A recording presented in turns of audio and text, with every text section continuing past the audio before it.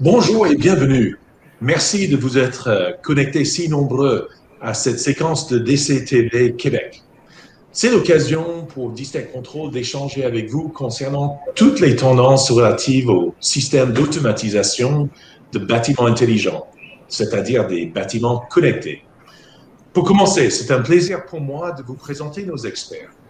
Présent dans le showroom de Distech Control à Brossard, nous avons Joël Désiré, chef de produits et solutions de bâtiments connectés chez Distech Control. Bienvenue, Joël. Merci, bonjour. Également dans le showroom, nous accueillons Elie Carmouche, expert technique de la société ACCS. Bonjour. Nous avons aussi connecté à distance Patrick Elie, cofondateur de Metrio, société leader de solutions de reporting extra-financier. Bienvenue, Patrick. Bonjour, Brad, merci. Joël, chez Distech Control, vous avez à cœur d'aider vos clients à optimiser leur consommation d'énergie. À ce sujet, vous venez de sortir un livre blanc sur les technologies d'optimisation au service de l'efficacité énergétique durable. Pourquoi ce livre blanc maintenant? Effectivement, Brad, c'est une très bonne question. Il nous a semblé, alors que nous vivons la fin de la pandémie, qu'il fallait prendre un petit peu de recul pour regarder quels étaient, on va dire, on a beaucoup changé pendant ces 18 mois, on s'est mis à travailler à la maison, il y a beaucoup de personnes aussi qui ont déménagé pour s'éloigner de leur lieu de travail. On a vu aussi émerger les véhicules électriques. Et donc, on s'est dit que c'était peut-être le bon moment de prendre un petit peu de recul et de regarder tous ces changements qu'on a vécus au cours de ces derniers 18 mois. Qu'est-ce que ça voulait dire pour les années à venir en termes de ville, en termes de mobilité durable, en termes de télétravail. Donc, quels étaient les différents impacts par rapport à tout ça? Aussi en termes d'économie circulaire. On a vu que les personnes essayaient de consommer plus local. Donc voilà, c'est un petit peu le but de ce livre blanc. Et j'ai remarqué aussi que dans ce livre blanc, vous parlez énormément de RSE, donc la responsabilité sociale des entreprises, et également l'ESG. Première question à toi, Patrick. C'est quoi l'ESG et pourquoi c'est si important? L'ESG, c'est ce qu'on appelait, ou on appelle encore un peu aujourd'hui, le suivi du développement durable. ESG, en bon français, c'est pour l'environnement, les aspects sociaux et les aspects de gouvernance. C'est de plus en plus important pour de plus en plus de monde. Dans le fond, c'est la comptabilité extra-financière d'une entreprise. Donc, regardez tous les aspects autres que financiers qui vont être importants pour une entreprise et importants pour ses parties prenantes. Ces parties prenantes peuvent être des investisseurs, évidemment, mais ça peut être aussi des employés actuels, des employés futurs. Ça peut être la communauté, ça peut être tous les gens qui sont impliqués dans la chaîne d'approvisionnement. Et c'est ce qui fait qu'une entreprise va être durable ou non, va être à risque ou non, dépendamment du point de vue où est-ce qu'on est puis qu'est-ce qu'on regarde. Puis comme toute bonne comptabilité, il y a aussi des gabarits qui sont utilisés, qui sont de plus en plus populaires pour suivre cette comptabilité-là, puis s'assurer qu'on puisse comparer, comme on dit, des pommes avec des pommes. Donc, dans le fond, c'est vraiment le suivi, la collecte de données, le suivi, la communication de ces données-là à différentes parties prenantes et d'abord aussi pour l'entreprise pour voir qu'est-ce qu'elle fait de bien, qu'est-ce qu'elle fait peut-être de moins bien, comment elle peut adapter ses comportements, changer dans une direction positive et avoir un meilleur impact sur son environnement. Et donc, bien entendu, ces données-là sont directement liées à ce qu'on peut qualifier de bâtiment intelligent.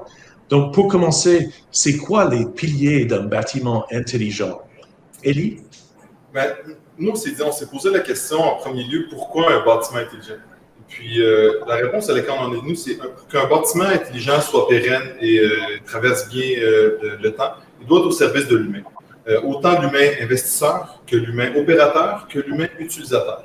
Donc, on s'est dit que si on gardait ces trois aspects-là en tête, les projets ou les initiatives qui vont être prises par la suite, ils vont être pérennes et ils vont bien vivre dans le temps. Ça nous est arrivé à réfléchir aux trois piliers qui, selon nous, sont l'efficacité énergétique, l'expérience des occupants de bâtiment et l'opération d'un bâtiment.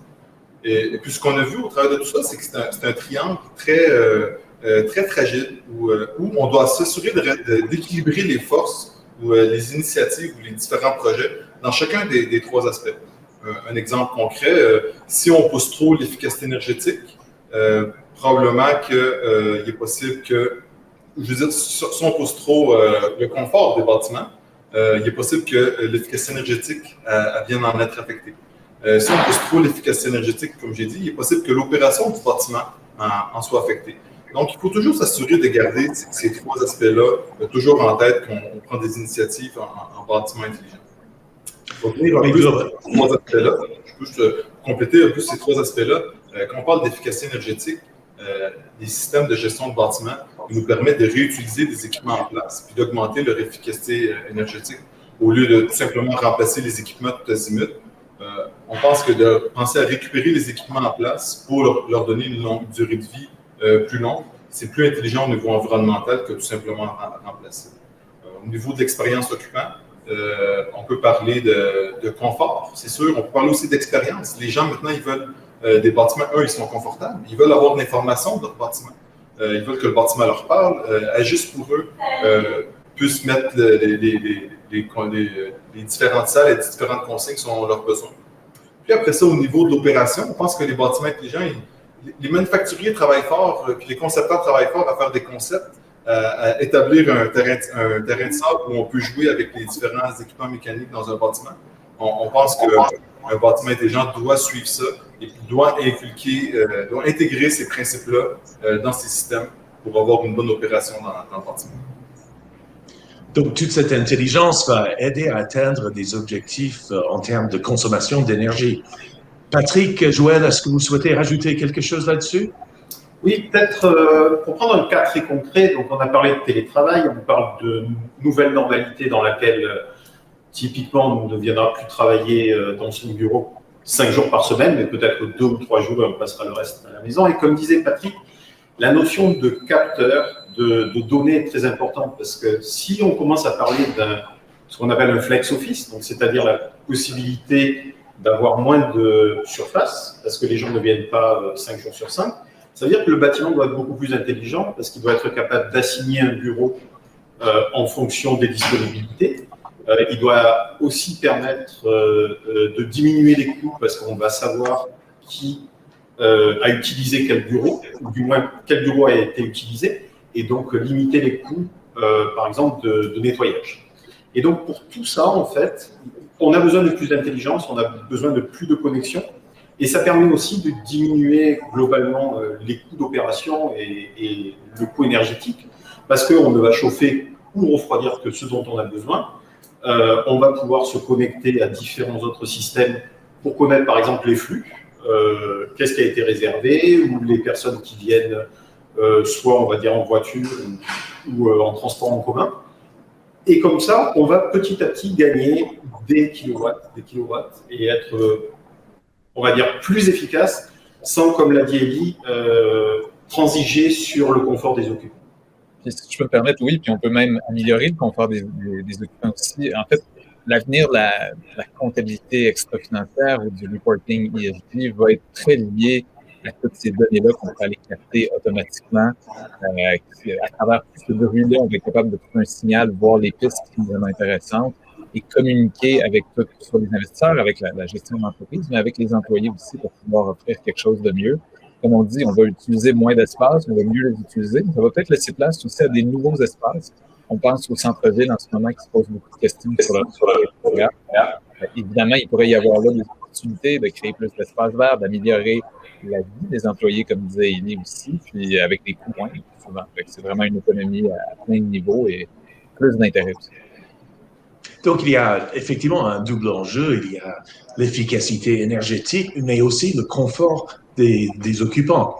Quelle est la finesse de votre compréhension aujourd'hui de l'occupation de l'espace dans un bâtiment? Alors, au niveau de l'occupation, à l'heure actuelle, on commence à savoir beaucoup de choses. On a beaucoup de capteurs à notre disposition. Donc, que ce soit des compteurs qui permettent de savoir le nombre de personnes qu'il y a dans un lieu, des capteurs de présence aussi, et qui permettent aussi de connaître les flux. Donc, c'est-à-dire, on est capable de savoir quelles sont les pièces les plus utilisées, à quel moment. Ça nous permet aussi, lorsqu'on sait par exemple en moyenne, un être humain dégage 70 watts par heure, Donc, si on a 10 personnes dans une salle de réunion et qu'on doit chauffer, on sait que pendant 1 heure, on va déjà avoir 700 watts de disponibles, donc on n'aura pas besoin d'utiliser. Donc, ça permet vraiment, on va dire, d'avoir une meilleure compréhension des espaces. Et donc, tous ces capteurs permettent aussi, lorsqu'on a un facility manager, à qui on demande est-ce qu'il est possible d'accueillir 30 personnes de plus? Eh bien, on se rend compte que si on équipe bien le bâtiment, on est capable de dire, bah oui, en fait, on a la possibilité, c'est pas la peine de louer des espaces supplémentaires. Donc, c'est-à-dire qu'on va non seulement gagner en OPEX, en coopérationnel, mais aussi en CAPEX, parce que la majorité du temps, ça va permettre peut-être de changer un petit peu l'organisation, mais à partir de données factuelles, et de ne pas avoir, on va dire, à dépenser plus d'argent, soit pour louer, soit pour construire des espaces supplémentaires. Si je peux rebondir sur ça aussi, Joël, on voit aussi beaucoup de projets de stationnement intelligent, où, dans le fond, ce que tu dis là, mais peut être amené aussi au stationnement, à l'optimisation du nombre d'espaces, au niveau de location des espaces qui sont là, et aussi à l'expérience des occupants qui n'ont pas à chercher d'espace, qui sont dans un environnement plus intéressant. Puis aussi, encore toujours, je reviens sur les trois, l'opérateur qui sait opérer, qui sait les voitures sont quand, à quel moment. Alors, on pense que faire un stationnement intelligent, ça nous permet peut-être de construire moins de places de stationnement, faire moins de construction, optimiser les coûts de construction qu'on a mis. Avec l'électrification des transports, on parlait, il va y avoir beaucoup plus de voitures électriques. C'est sûr que ces stationnements-là vont avoir des stations. Et puis, les gens vont vouloir se recharger là. Donc, ça va être important d'avoir des systèmes de bâtiments qui ont des protocoles rapides, qui ont des protocoles ouverts, pour être capable de communiquer avec ces systèmes de stationnement-là pour mieux gérer l'électricité et de l'énergie dans ces stationnements-là, pour être capable de répondre à tous ces nouveaux besoins. Et là, si Patrick, tu souhaites? Vas-y. Je peux rebondir là. C'est vraiment cette notion de smart grid, donc c'est-à-dire les producteurs d'énergie avec leurs propres problématiques qui sont comment gérer les pics. Eux, ils ont des modèles de données, ils savent quand est-ce qu'il va y avoir des soucis. La smart city et le smart building. Et en fait, si on regarde, il faut vraiment que tous ces écosystèmes soient capables de communiquer entre eux.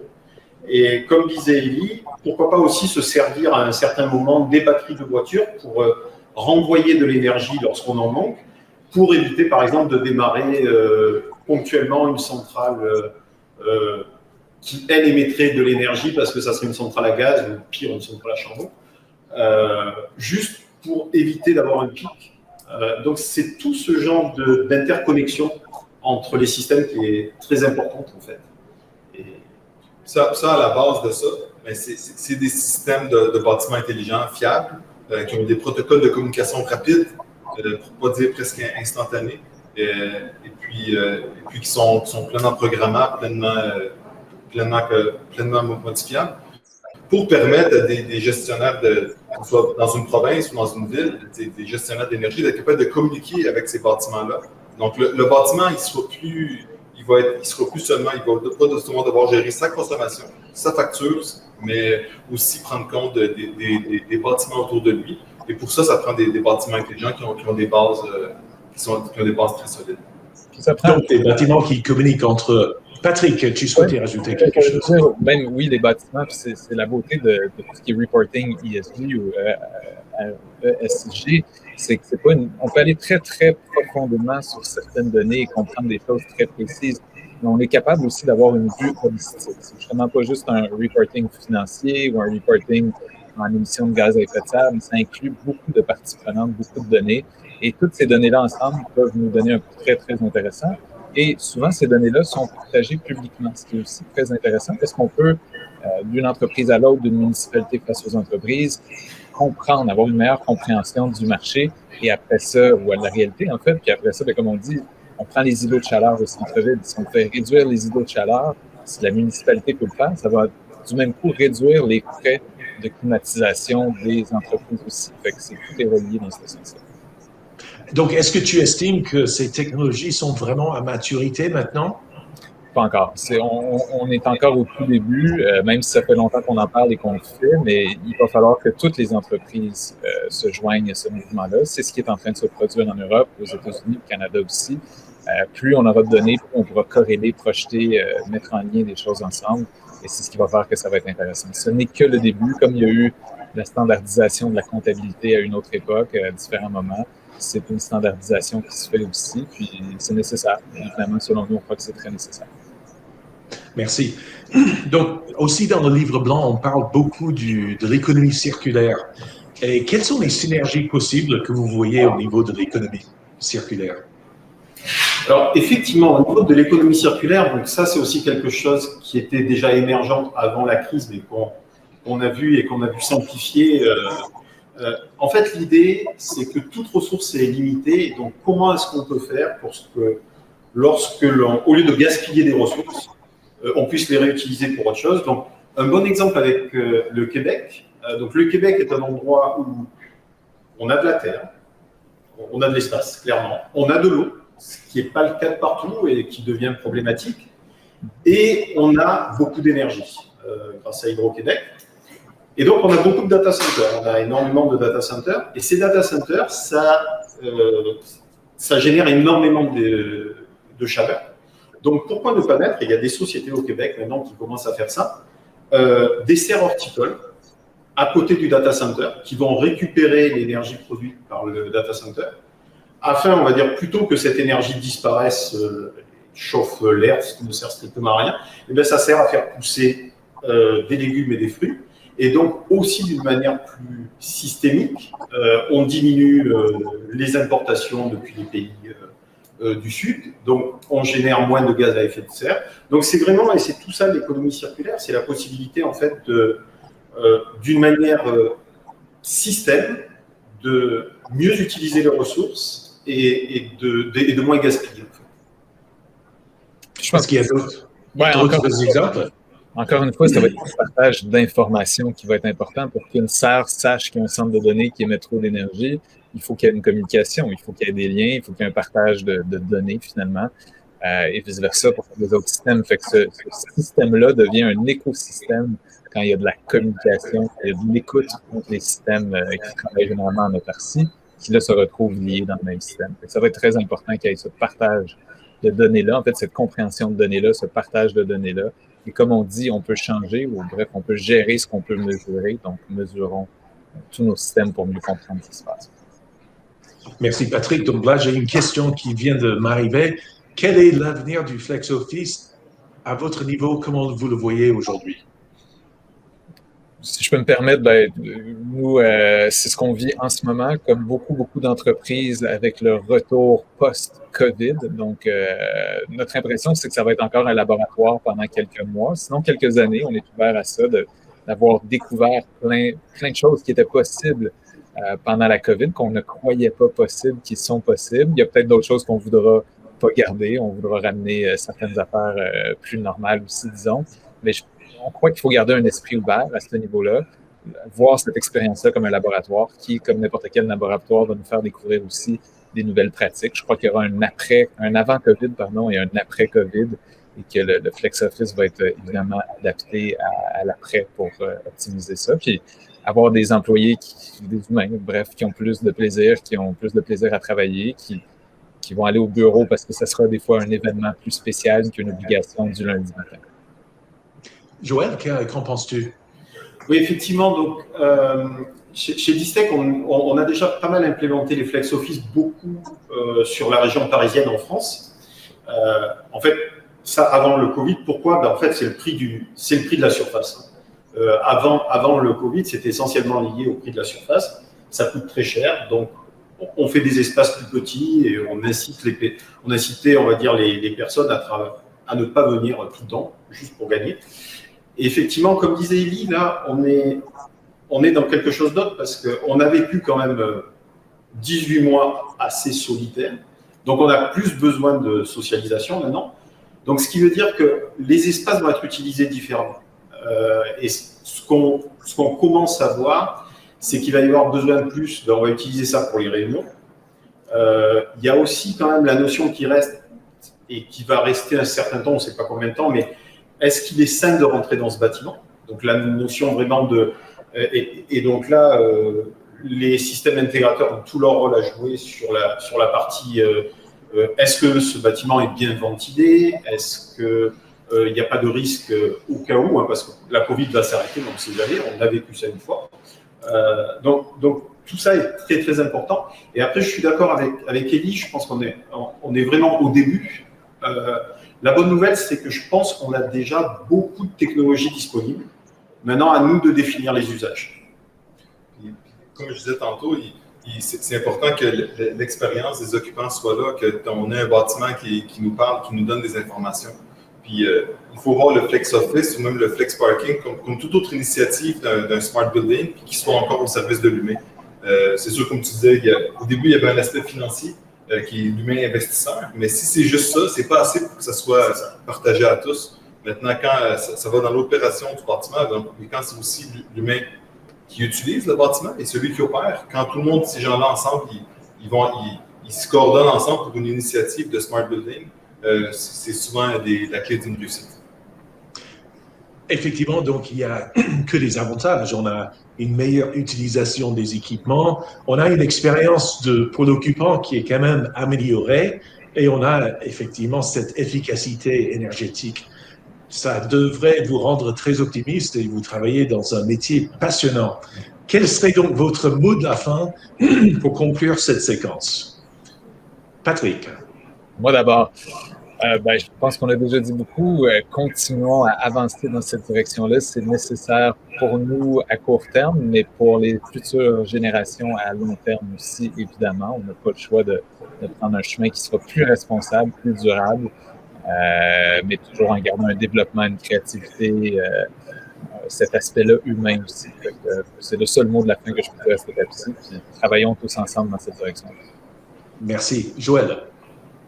Alors, je pense que je suis un éternel optimiste, donc je dirais que dans toutes les crises, il faut voir le bon côté. Et le bon côté, c'est que je pense qu'on a vécu un accélérateur de digitalisation. Et ce qu'on se rend compte, c'est, comme disait Elie, ça va passer par la collaboration. C'est-à-dire, on ne peut pas tout faire chacun en silo. Donc, il faut qu'on collabore. C'est pour ça, d'ailleurs, que ce livre blanc, nous l'avons fait avec Metrio pour la partie ESG.